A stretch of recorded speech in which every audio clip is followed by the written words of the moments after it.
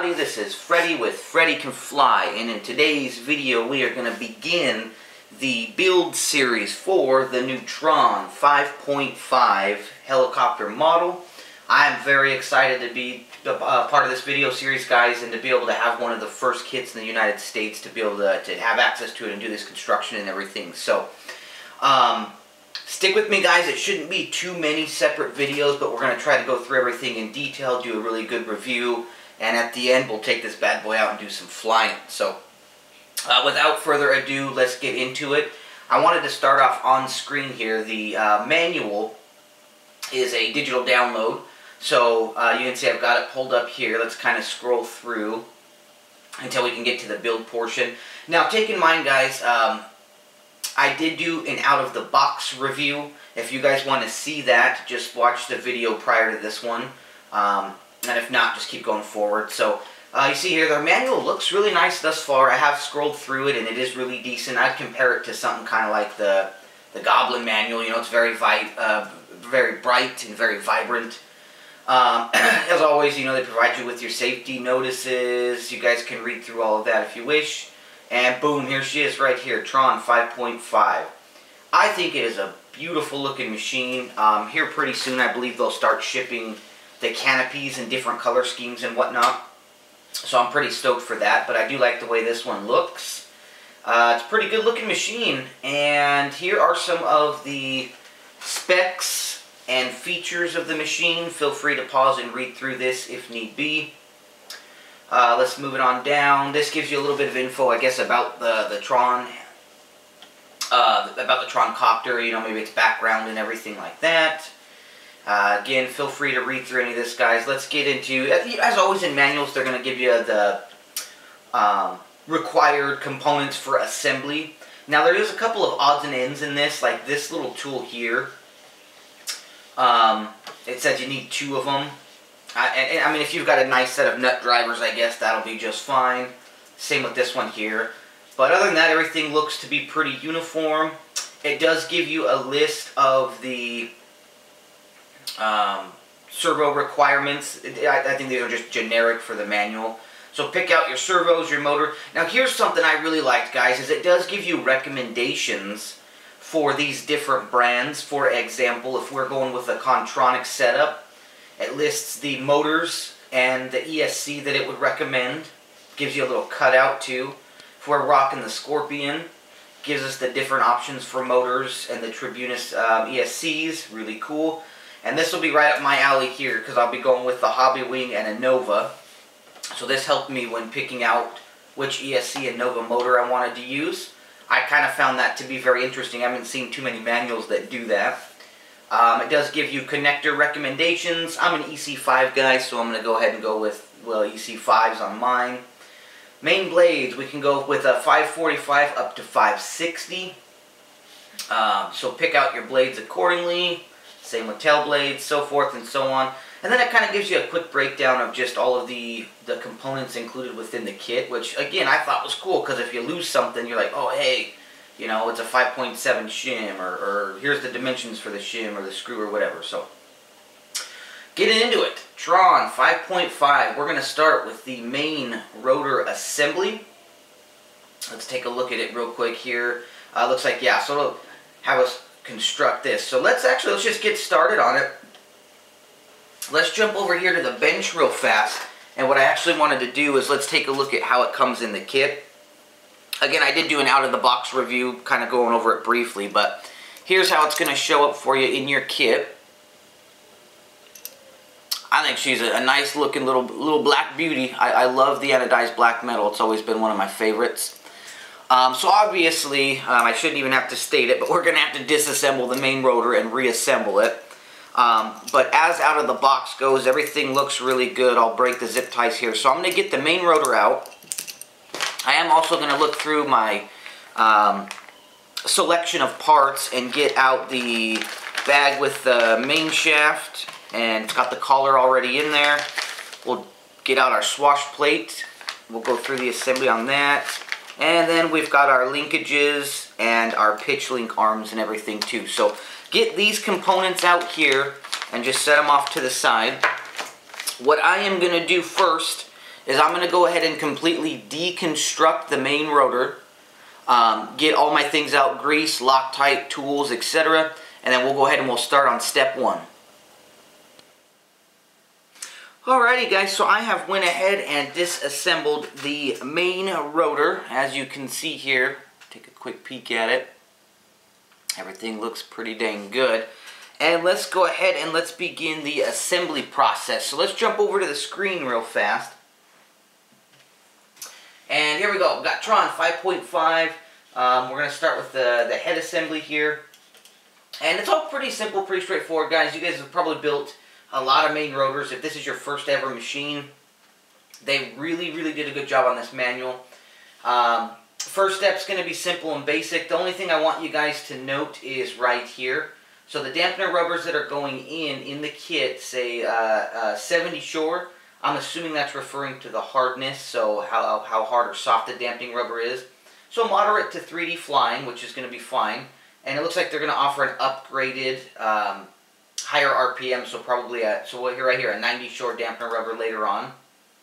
So we'll get those in. Make sure you apply some grease onto the feathering shaft, just white lithium grease before you slide it in. That'll help lube everything up, but also it's really hard to put this thing in when these are dry. So a little bit of grease goes a long way, guys, so I'll go ahead and I'll do that step. Let's jump over here, and then we're going to go ahead and do the thrust bearing assembly.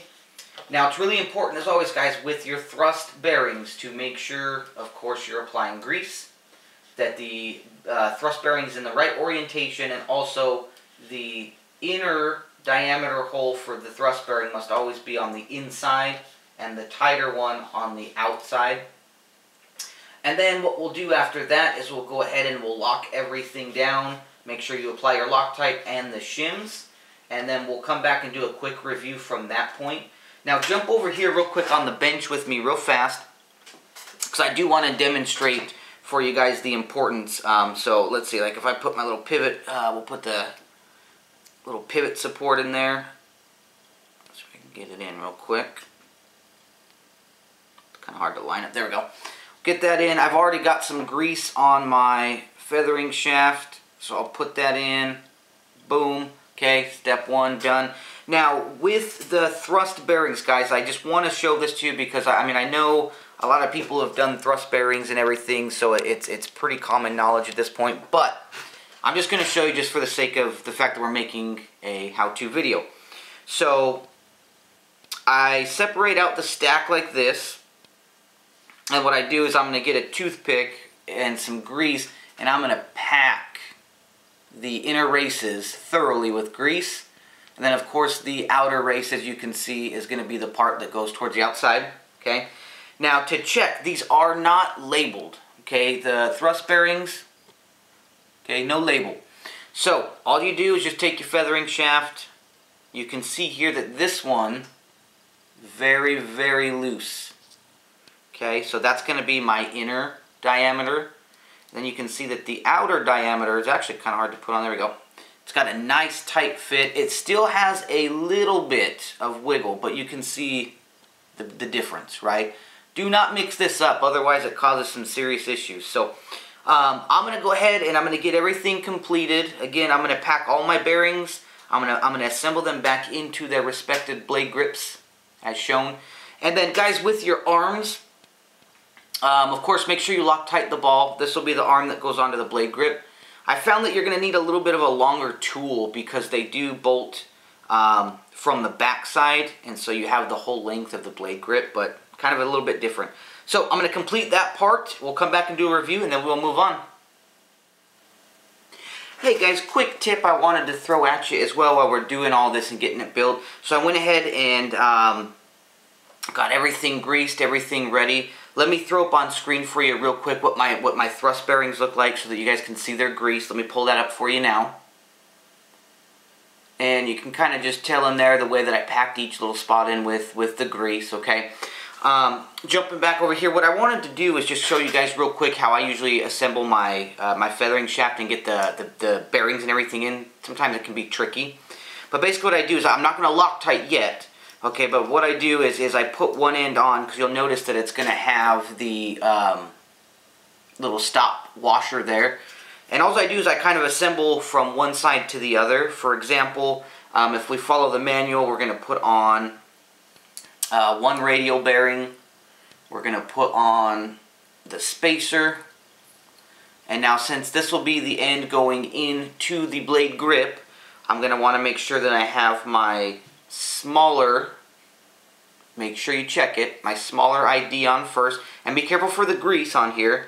And then we'll put our outer race of the thrust bearing on. And then our inner race, which again, make sure, get that on, make sure you got the loose one, right, on there. Boom, and then we've got this. Now this right here is the fully assembled stack. Now what I can do with that is I just take it, and I did go ahead and I put my arms and everything on. Sorry if you guys can't see it, there we go. My arms are on. So I'm just going to drop this in. And this just helps because when you try to get the stack and everything in there, it can be kind of a pain. Let me zoom out a little bit. It can be kind of a pain to get that in there and get it all nice and leveled out and everything. So that's one side, boom. So that's in, and then we can put our other radial bearing on, and that should just kind of, it'll press fit in there too a little bit better once we get everything seated. And then per the manual, we'll throw on one of the shims for the main rotor. And then what I do, I take my little tool and slide everything right back in. Boom. So now we have one side done. Again, we didn't Loctite it, so it's just kind of finger tightened in there. And there's going to be a reason for that. So now on the other side, we're going to have to kind of go backwards, right? So we're going to put the shim on the feathering shaft. Then we'll put on a radial bearing.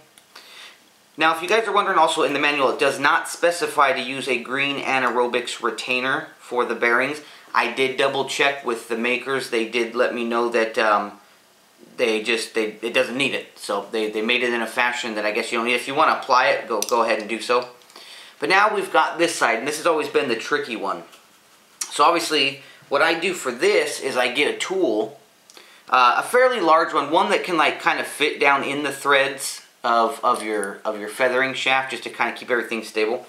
And now we're gonna have to assemble it as if we're gonna insert it in. So like if we had our bolt on like this, right?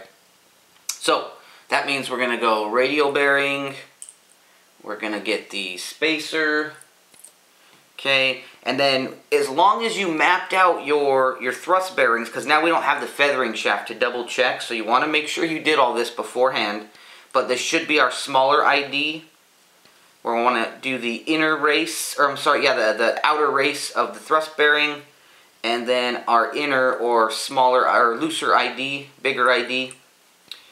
Boom, and then all I do is I take the tool and stick it in there. And then what you want to try to kind of do is just level everything out, feed it in through the grips. And it can be a little tricky, guys, but I found this just to be like one of the easiest ways to do this and get everything seated with as minimal hassle as possible, because it can be a little bit tricky. Sometimes some of these parts are just so tight that they either fit exactly or they do not fit at all.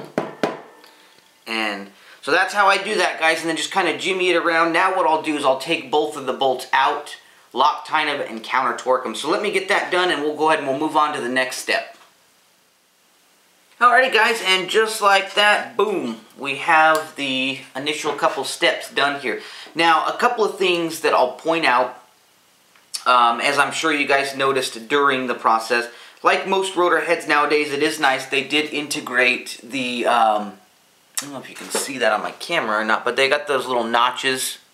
Let's see if we can get that. There we go. In the main rotor there, you've got the little notches. Those will help you with just eyeballing your zero position, 0 degrees of pitch when you're doing your programming and your linkages. So I like that feature. I do like, again, the way that the main hub, if you will, has a lot of this free open space. It just gives this machine, this main rotor, a really good rugged look. And I enjoy that a lot, to be honest. So, anywho, I got everything done. What I like to do is I spend a couple of minutes really working in the grips, just making sure that that grease is as spread as thoroughly as possible. And I will say this, sometimes when you always want to pull outwards too, and make sure that there's no outer play. A lot of kits nowadays provide shims in case there's machining tolerances that aren't met. Maybe you got to throw in a shim or two to kind of get rid of any outer play. I have 0 and I have no shims, so they're doing a good job with that.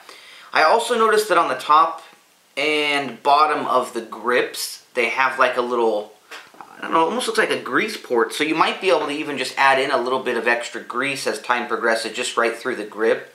If you got a little nozzle tip or something, you just funnel it in there and twist her around. But other than that, everything looks great, guys. I'm really, really impressed. This is absolutely buttery smooth, and the best part is this. The blade grips, they don't fall under their own weight. So that's how you know the preload on this main rotor is really good.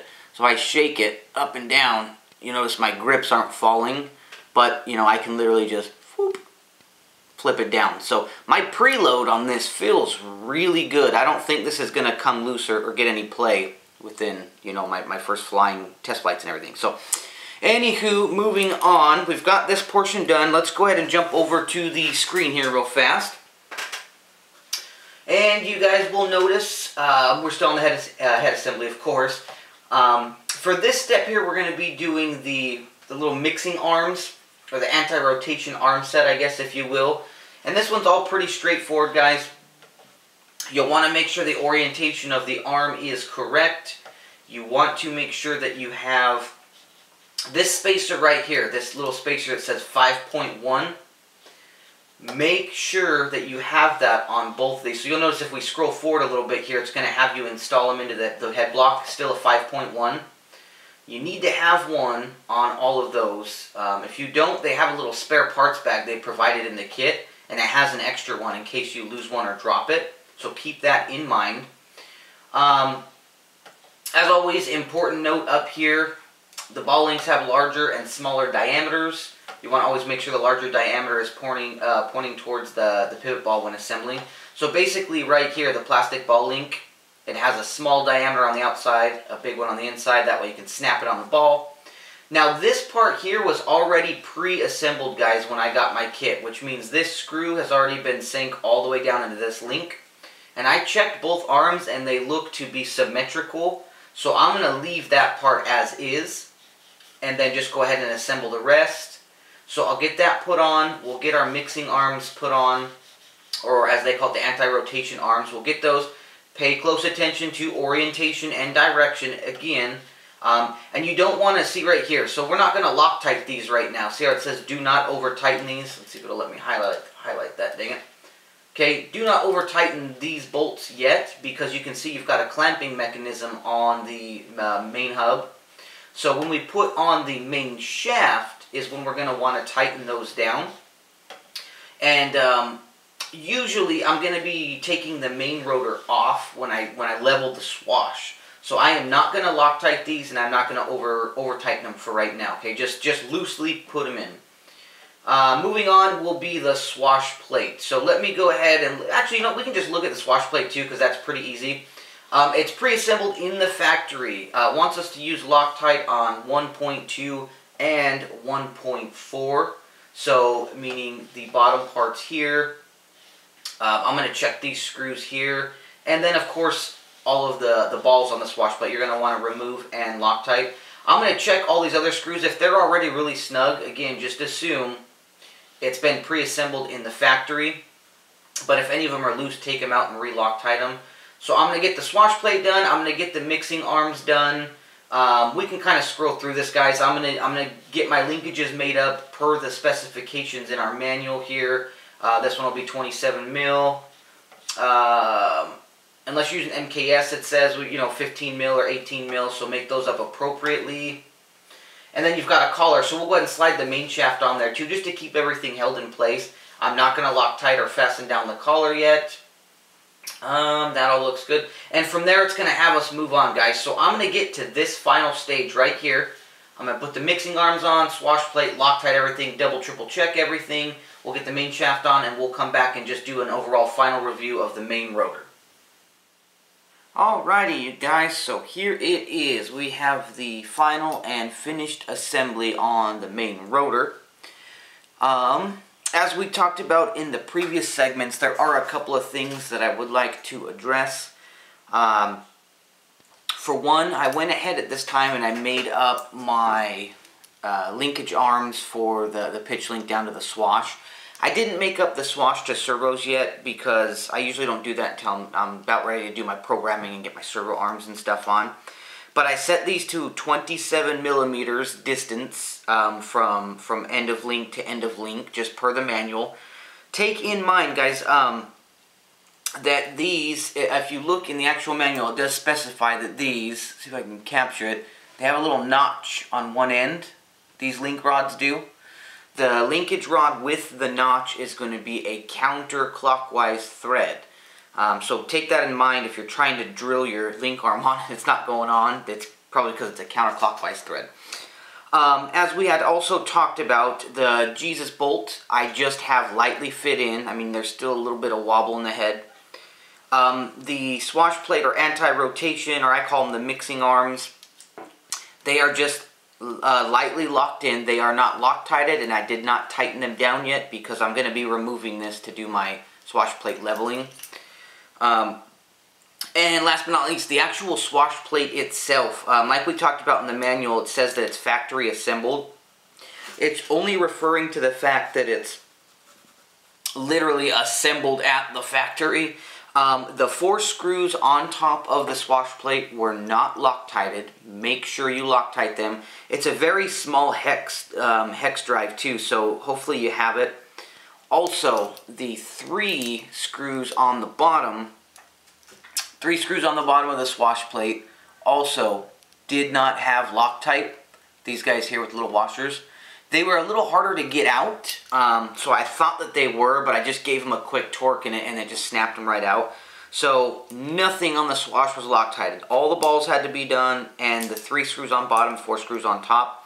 And then what I usually do, guys, because again, once this is assembled into the helicopter, you've got that little anti-rotation bracket on the back. So this is the only one of the swash plate ball links that I do not Loctite yet. Reason being is once I have this installed in the helicopter, so right now I just have it like literally just finger snug so I don't lose it. It's a lot easier to adjust this back linkage if I simply undo the bolt and then I can turn the link and then put the ball back in, as compared to taking off the anti-rotation bracket each time or trying to bend it. So I don't Loctite this until after all my programming is done. Other than that, guys, that is going to be the main rotor of the new Tron 5.5 build guide. At this point in time, we can set this assembly to the side or just keep playing with it some more if you get bored, because that's probably what I'll do. And I believe we're going to be moving on next to the tail rotor assembly. Thanks so much for watching, guys. Follow me on the next video. And remember, Freddy can fly, so can you.